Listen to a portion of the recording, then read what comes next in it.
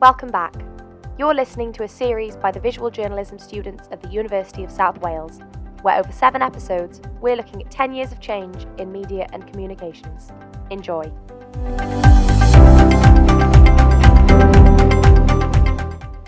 Hi guys, welcome to the podcast. My name is Ale, I am the host. Today we're going to be speaking about social media and the comms industry over the past 10 years and how it's changed. We have 2 very exciting guests. One of them is Helen Reynolds. Helen runs a social media training business to help comms professionals to become more creative, grow confidence, and make an impact. Our other guest is Tsang, and she is a live content creator. Hi everyone, my name is Ale Medellin, and we're here today with our guest King. Hi May, could you tell us a bit about you and your background and who you are? Of course. Hi, Ali, and hi, everybody. My name is Tsang. My first name is May King, and I call myself the FOMO creator, and I'm on all the socials as Making Tea. Now, I used to be in the space of tea. That's why I'm on all socials as Making Tea. But in the last 4 or 5 years, quite by accident, I transitioned into the FOMO creator, which is about bridging the gap between social media and PR and creating live social media content to create that buzz and excitement so that the lurkers, because let's face it, we've all got lurkers online, it's so that we can get the lurkers excited and buzzed about what it is we do. Okay, that's perfect. Thank you. So could you tell us then how it was that you entered the world of social media work? Yeah, so I was in the corporate space for a long time, delivering training programs in the telecommunications industry, and a friend of mine asked me to go into business, and I said, "What, me? I work for someone. I don't know anything about business." And he said, "No, it'll be great. You can do that." So that was where Making Tea was born. Because I was an early adopter of social media, I used it to, to connect with people, to educate people about tea, and form collaborations in the tea space. And very quickly, people were saying, "Oh my goodness, you're doing really, really well on this this Twitter thing." Primarily, this Twitter was my first love. Can you teach me? And I said, "Yeah, sure, no problem." So that was what I was doing. So in the tea space, I was teaching social media to other business owners, organisations, charities, and so on, as well as selling tea. Now, in Making Tea, I also have another love, which is to create buzz and excitement for other people. So I was interviewing people, I was live tweeting conferences and events and festivals, and then I realised that that's something that I really enjoy. And again, people were approaching me saying, "Can you live tweet our event?" And I said, "Yeah, sure, no problem." So I suddenly transitioned from Making Tea to a really long-winded name, which was professional live tweeter, social media correspondent, and live content creator. And my business mentor said, "You're a FOMO creator. That's what you do." And I thought, oh my goodness, that's it. And so, suddenly from professional live tweeter, social media correspondent, live content creator, I became the FOMO creator, and that's how it was born. So so in a nutshell, I transitioned from the tea space into the social media space because people were asking me how to do it. And then I moved from the social media space to the FOMO creator space because, again, I was doing it for my own business and other people were asking me to do it for them. So that's a long-winded answer, but I think that answers your question. I think it's an amazing and very interesting trajectory you have, and the story is I liked it a lot. And so from this, how do you think specifically social media in comms has evolved over the past decade or so? Oh, it's evolved a lot, Ali. Comms generally has evolved considerably, and in business generally too. We've gone from a one-way broadcast to a two-way broadcast, and it's been very challenging for comms to adapt because there's just a lot more work that needs to be done. So we went from before social media, before the internet, it was a one-way communication. So, it was a leaflet, it was a flyer, it was a notice board, it was a phone call, that kind of thing, to members of the public, to your community. Now, with social media, the community has the power. They have the power to Google it. They have the power to complain. They can send a tweet. They can email. They can tell their friends on Facebook, oh my goodness, I had a terrible experience, rah, rah, rah. And so with comms, we have to deal with not just communicating our message across, but communicating in a way that's really accessible to the community. So the notice board, idea, or the flyers and so on, is still important. But the way that we receive that information, we need to do it creatively, do it in a way that people will find it interesting, or will really appreciate. So the most effective comms strategies are those where you really know who your audience is, and you communicate with your community in a way that's not patronizing, that's not arrogant, that's playful, or professional, depending on the situation that arises. But there's definitely a lot more work that needs to be done in presenting those ideas across. Does that make sense, Ali? Yeah, because what I understand is that we have to adapt with technology and with the changes like social media, all of the changes that came with social media. We all have to learn to adapt and grow with it. So I don't know if that's what I understood.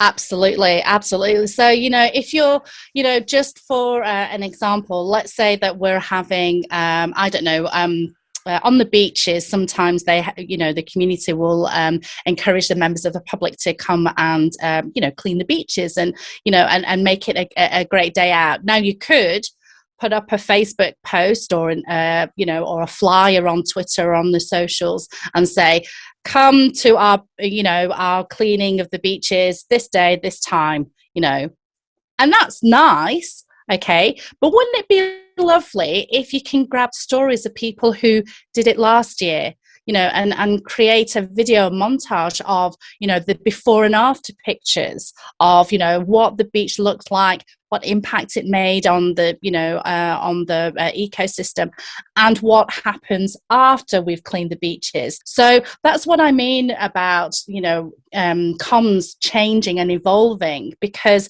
it's gone from a one-way broadcast where we could do that flyer to that two-way broadcast where we really want to connect and really share those stories of the people that matter. I love your example. Thank you. Very interesting connection. Do you feel FOMO creation is the new way forward to create buzz and excitement, or do you feel new methods will evolve? Well, I'm a little bit biased because I created this industry. I think it's new. There will be new methods that evolve, but FOMO creation is going to be here for quite a while.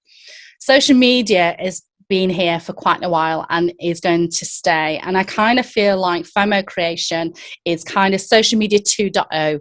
That's what I call it. So as I mentioned at the start, FOMO is really bridging the gap between social media and PR. And in comms, we want to portray ourselves as, servicing the community. And we want to do it in a light and a positive way. We want to deal with, disagreements or complaints and so on, again, in a positive way. And social media is the platform for us to be able to do that. Now, it's also a great platform for us to be sharing great positive ideas, lots of behind the scenes stuff of what we're doing. So, if a local council has got a festival coming up celebrating local artists, we want to talk about that. And this is where FOMO creation comes in. So I call this pre-FOMO, live FOMO, and post-FOMO. So pre-FOMO is where a local council can do do the flyers and say, oh, just to let you know, we've got an event that's happening this week, or next week or whatever. But that one social media post with that flyer telling people of that event is not enough. We need to show more. So the pre-FOMO can be, clips and footage of people from last year, how, photographs of people having a great time, maybe interviews of people who are going to be, exhibiting this year,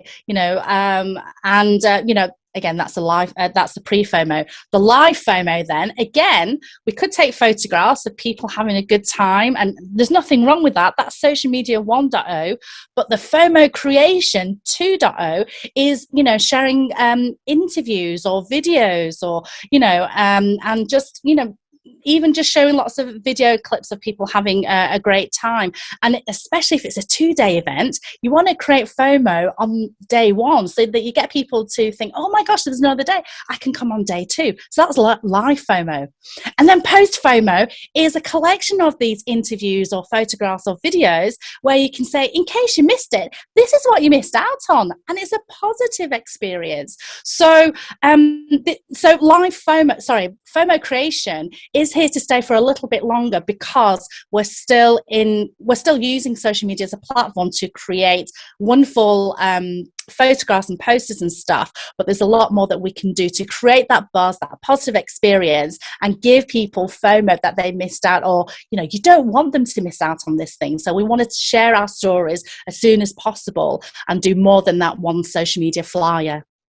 I think it's very interesting to use FOMO in a positive way, because I don't know if it's my generation, but the generation of people who came up with the whole FOMO thing, I think they think about it in a more negative way, like you missed out on an opportunity or on an experience, and it's something you lost, instead of thinking about it like the way you are, like more creatively, I would say. And I'm really glad you raised that point, Ali, because in fact, when I first declared myself as a FOMO creator, I did get a few direct messages, private messages, and they said to me, FOMO, I don't want FOMO, I want JOMO, I want the joy of missing out.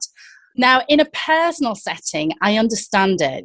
When we go on Facebook and we're scrolling and we're seeing our friends and family having a good time, and we think, oh, we've missed out, and we do feel a little bit, down because we missed out on the experience and so on. I do understand that on a personal setting, but in a comms setting, like you said, Ali, FOMO creation is about positivity. It's about showing people, that you don't need to miss out. You can come along to this event. You don't need to miss out. You can come to the forum and share your thoughts. You don't need to miss out because this is the information. And if you need any more help, here we are. We are open. Please let us know what your thoughts and feelings are. And that's what we mean by FOMO creation in the comm sense. It's about, servicing the community, but doing more than just that one flyer, really sharing the stories of the people as well as the organization as well. But it is about positivity. It is about letting people know what's going on. Since the days of the pandemic, the world is starting to open up now, and we crave going out into the community. We crave to be with our friends and so on. So that organization, that council who's running an event, we want people to come along and be part of that experience. And so that's why FOMO creation in a comm sense and in a business sense is a positive thing. I'm really glad you raised that point, Ali. Well, I think it's very interesting. And so to finish up, I wanted to ask you, in terms of the future of the ever-changing communications industry, how do you feel social media will evolve and develop in terms of how people use it to promote themselves, or themselves, an event, or any relevant subject? So, as I say, FOMO creation is something that I came up with. My mentor came up with the name, and social media, live tweeting, creating Instagram stories, Facebook lives. It's been around for a few years. It's here to stay. we want to communicate our message better, as I say, in a positive manner by being creative. Okay, so the term FOMO creator is about being creative, and so the way that we the way that we communicate has to come from the person who, the social media person who is thinking, how can we communicate this message more effectively? And it doesn't all have to be about TikTok videos and dancing and all the rest of it, because new platforms will come over the years, but the method of communication will be exactly the same. We're servicing the community. We want to really communicate in a way that they understand, and it doesn't matter which platform we use. It'll be Instagram, Twitter, Facebook today, YouTube today, TikTok today, Snapchat today. But in the future, it could be more of Twitch, more of Discord. It may be other platforms. But the way that we communicate is positively, and also within our community, it is a two-way. So we do need to be able to handle those negativity, those complaints in a positive manner, ensuring that we are, completely servicing the community. Yeah, well, I think the whole FOMO thing is very interesting, and the spin you have given it is very interesting. I don't know if there's anything else you'd like to add. No, I just want to thank you for your time. As I mentioned, FOMO creation is something that I have as I say, my mentor came up with the name, but FOMO creation is something that I've been doing for years, and I've adapted for comms, for businesses, for events, for festivals, and this, that, and the other. So if you do have any questions, please do not hesitate to contact me, and I'll do my best to answer your question. I have helped to create FOMO in a whole manner of different organizations, festivals, charities, and all the rest of it. And I've been doing it for a few years now. So if you do have a question, please DM me. First name is Making. I'm on all the socials as Making Tea. That's MAYKINGTEA. Please do not hesitate to get in touch if you've got any questions. Thank you so much for your time, Making. You're welcome. You're very welcome. Thanks, Ali. Hi, everyone. I'm here with Helen Reynolds. Hi, Helen. Could you tell us a bit about you and your background and experience in social media? Hello, it's lovely to be here. So I'm Hel. I run Comms Creatives, and we train marketing and PR and comms professionals to use social media in more creative ways. So Comms Creatives is me and my sister Leslie, and it's quite a small little business, but we work with loads and loads of people who work in PR and comms and marketing, and it's a lot of fun. So I got into it because I suppose when I left school, I wanted to be a journalist, and not in any particularly hardcore way. I just thought I might like to be one. I never did any studying or anything around that. Just like to read news. And once I'd done my degree, which was film studies, which was really just me being young and not knowing what I wanted to do and just messing about. I didn't really have any career ambitions at that point. I worked at newspapers for free to try and get a bit of experience. And then I ended up getting a temp job in a council as their comms officer. So I had no idea what that meant. I just thought, sounds good. You get to do a bit of writing for a council. That seems okay. And I loved the job so much that I quit this idea of journalism and stayed in the council, basically writing press releases and magazine articles for the internal magazine for staff and that kind of stuff. So I loved that job, and it gave me loads of freedom. So people would just say, oh, we want to promote this. We want to get people to stop getting people to pick up after their dogs, so they just leave poo and not wash it. Or it'd be like big things, like a big social care, new care homes opening, and all the things that councils do. People would come to me and say, how can we promote this? And I loved that job. They just let you get on with it. The creativity was there. Just like, right, let's think of all the ways I can do it. And I'd been on MySpace because I'm old. This is about 2007. I've been on MySpace for a while, and I thought, wonder if I could use MySpace to help promote what's going on in the council. And I'd been given this big project around getting fundraising to do up this hall in Monmouth, Shire Hall. So I used MySpace and learned how to pimp up the background of the MySpace page with pictures of the Shire Hall, and it meant that I had to go and Google how to do HTML, and I just loved playing around with it. And weirdly, our audience in Monmouth absolutely loved it. I was trying to reach younger people, and the younger people just absolutely loved this MySpace page and ended up supporting us by putting on events and helping us to fundraise for that hall. And you'd get these little comments from people saying, "Oh my God, I'm friends with a hall, lol." And I just loved that feeling of connection with people that wasn't negative, because as a media relations person, you get journalists ringing you up all the time saying, "Why have you done this wrong?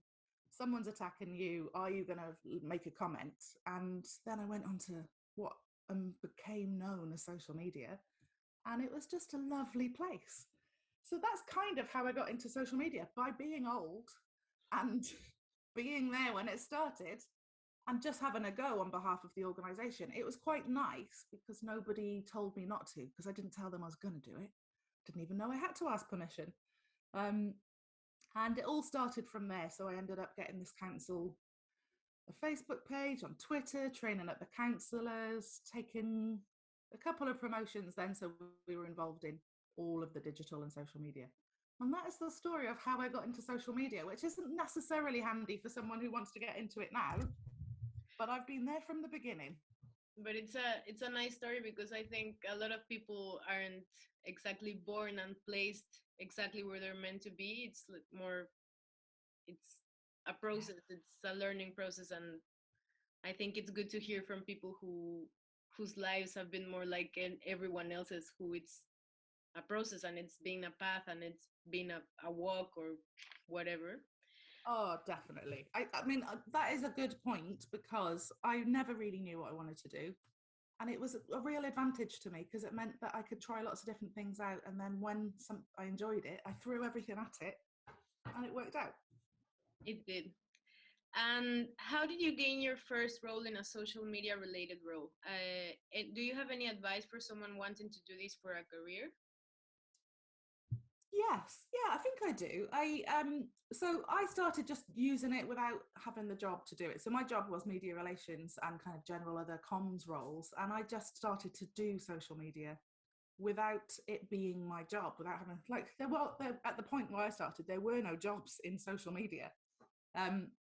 So when you're getting, I've been through a lot of jobs since, and I made a case by doing. So I used a lot of the skills that I was learning by just having conversations with people and trial and error, to then make a case to my chief exec where I worked that this was the future, that this is the way that we can massively change the way that the organisation works. And in public sector, it's a bit different, because you're not making the case that we can get more money this way, or that, that we're going to sell more products. It was, we are going to have a closer relationship with the people that we serve as a government organisation. But it could have been, it'll help us sell more. So I know this sounds a little bit unfortunate, because not everyone is privileged enough to be able to work for free. But what I would say is, where possible, if you can demonstrate that you know what you're doing by showing what you've done, even if that's taking a little side project and saying, well, I believe in this cause and I'm going to use social media to help, an organisation that I really care about, or I'm just going to have a little side business and I'm going to promote that on social media. What you want to do is be able to have real practical knowledge and be able to talk knowledgeably about the work without it just being theoretical. And often, if you do that work and you enthusiastically enjoy it, it'll show. And any jobs that you want to go for, they'll see it. They'll see that you can't argue with the results. It's all there on the internet. That's very inspiring. Thank you. Could you share with us your proudest career moment? Yeah, I mean, I'm trying to think. There's been lots of moments that have been incredible in my career. I don't know whether I ever feel proud about them, but I guess I loved the fact that I was able to have the freedom when I worked in that council job. So when I left that job, I wrote a little blog post saying, I've been here for 8 or 9 years and social media has grown in that time, and I wanted to say thank you to our regular residents who interact with us and tell us when things are going wrong and celebrate with us when things are great in the area and that kind of thing. And loads of people when I left, far more so than colleagues actually, because I think at the point that I left, people were quite stressed, but I got so much love back from the people that we were serving, like just residents who would talk to us on Twitter for many years. And I felt quite proud of that. I felt proud that I'd humanized the council and created a bit of a relationship there. I guess the other proud moment for me is I now train others to do it. And I was doing it for a long time. Just going to people's offices, getting the team together and teaching them how to use social media more effectively. And it got quite hard because I've got this condition called psoriatic arthritis and fibromyalgia. So they're both conditions that can make me quite tired and quite painful. So traveling around was quite difficult. And I decided that I was going to make all of our training online so that I didn't have to worry about some of these more physical problems about standing in front of a room all day and that kind of stuff. So I thought the only way I'm going to do this is if I have some help. And that is when I hired my sister, Leslie, who was a teacher, a primary school teacher. And I convinced her to come and join the business. And I feel real proud about what we've done. I feel proud that we've turned the business around so that I can bring in someone who I love, and she's really helped to grow our business, and our students love her and all our clients love Leslie. But it's great for me because I get to work with her. But more importantly, when we start to do the online courses, people told us that this is great because I too have a chronic health condition and traveling to get training is quite difficult. A lot of people telling us that they're very overwhelmed. I can think of one person who said, like, I just felt overwhelmed and isolated and like nobody could ever get my creativity back. But your courses have helped me to do that because I fit it in around my work and my life. And for that kind of stuff, that makes me feel quite proud because something that was supposed to help me ended up helping others. I think it's wonderful you feel proud of something like that because I think it is something to be proud of. Ah, thank you. That's nice. What do you feel has been the most significant change over the past decade for the communications industry in terms of social media? I think the change might have been about 3 or 4 years ago when TikTok, or when Musical.ly turned into TikTok, or at least when TikTok started to take off. And TikTok's got predecessors in the way that it's changed, like Vine many years ago when Vine was the thing, the video platform of choice. I don't think it became big enough that the comms industry took notice of it. I don't think it really changed anything about the way that they're working. But I do think that TikTok is changing the way that the communications industry approach content. So the whole idea of Vine is that it's meant to be entertaining and fun. And if you're a brand and you want to take advantage of that, you've got to be entertaining and fun. And it doesn't matter whether your CEO says that's naff or that's embarrassing. Nothing's going to work on TikTok if you just put all your you can't just put a press release on there. And I think a lot of the time as an industry, we've got a bit lazy where we have thought, right, we've written our content and it's written well. Now let's put it on Facebook, Twitter, LinkedIn, like bang it out, spray and pray, hope that it's going to work somewhere. And it's almost like this attitude of the more places we put it, the better. And I think TikTok's changed that. I think people are realizing now it's about understanding the culture of the place that you're in, that what people want to talk to your brand about on LinkedIn is really different to what they want to talk to your brand about on Facebook. And if you're going to be on TikTok, you've got to understand the medium. You can't just say, oh, well, I'm a great writer, or I've been doing this for a while and I know my stuff. It's like constantly learning and always keeping on top of how people like to communicate and being creative. So for me, I think TikTok has woken us all up to the idea that learning and creativity are the biggest advantages to having a career in comms, because you'll always be on top of things if you can acknowledge that you never know it all. Okay, thank you. And well, following this, what do you think the next decade will bring? Um, I would like to say I know, but I don't think I do know. Obviously, I'm not a psychic. I think that what people in the industry are talking about is things like AI. So, how are we going to automate the things that we do? Will we be replaced by robots? Is there any need for human beings in comms anymore? And I do see those discussions going on. I'm not worried about them at all. I think, and I would say this because I'm so passionate about creativity, but I think the future is really creative people working in comms and finding new ways to adapt to a changing world that is never going to stop changing. And, all of the professional conversations that are had around communications about how we need to be taken more seriously and all of that kind of stuff, I think that's going to be in the bin soon. It's not a case of people should take us seriously anymore. It's a case of what can we do to add value to the brands that we work for that competes with influencers? Because influencers know how to reach an audience and talk to an audience and get a following. And if we as comms can't do that as well or better, then we won't have a job in the end. And we can't just keep moaning, saying communication is important and our bosses don't understand it. We've got to walk the walk. I agree. I think creativity is a big, big part of our future in general. Like, I think the ability to adapt comes from creativity.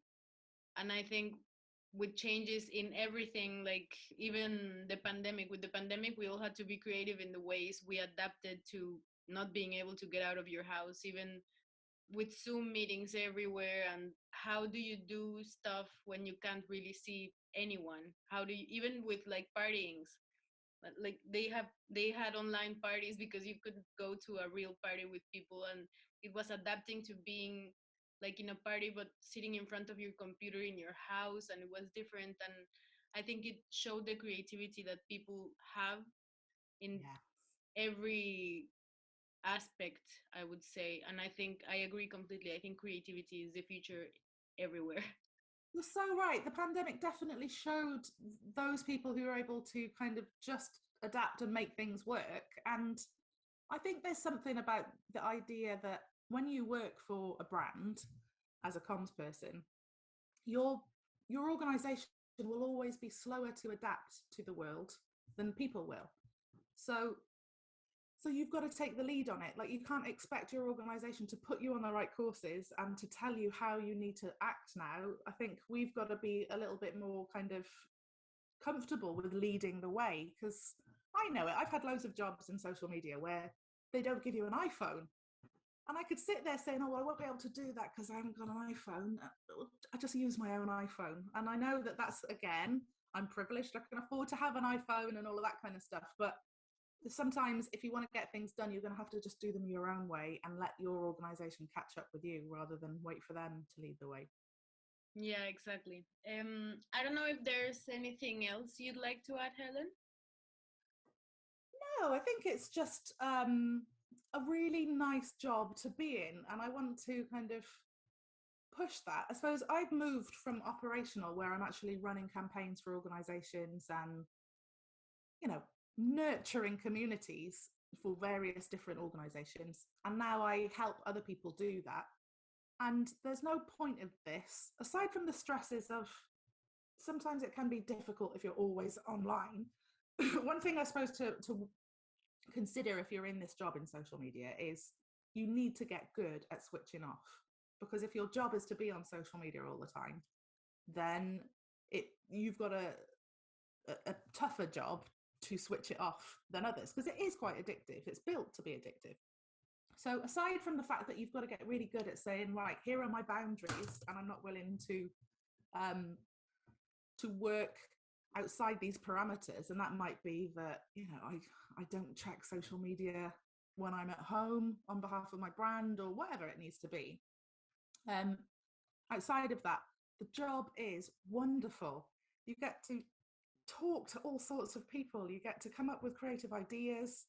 It's a brilliant job to be in. So I think I encourage people to get into it. It's not a dying industry either. It's only going to get bigger. And just make sure that you're always in touch with yourself, that you know what you think is right, and you don't get bogged down in what, like your managers thinks you should do, that you stay in touch with what people actually talk like, and enjoy it, because it is a privileged kind of job, because you get to mess about on the internet all day in a strategic and creative way. I agree. Well, I think that's all from our part. So thank you so much, Helen. Thank you. It's been so lovely to chat to you, and I can't wait to hear all of the podcasts that you've got. Thank you so much.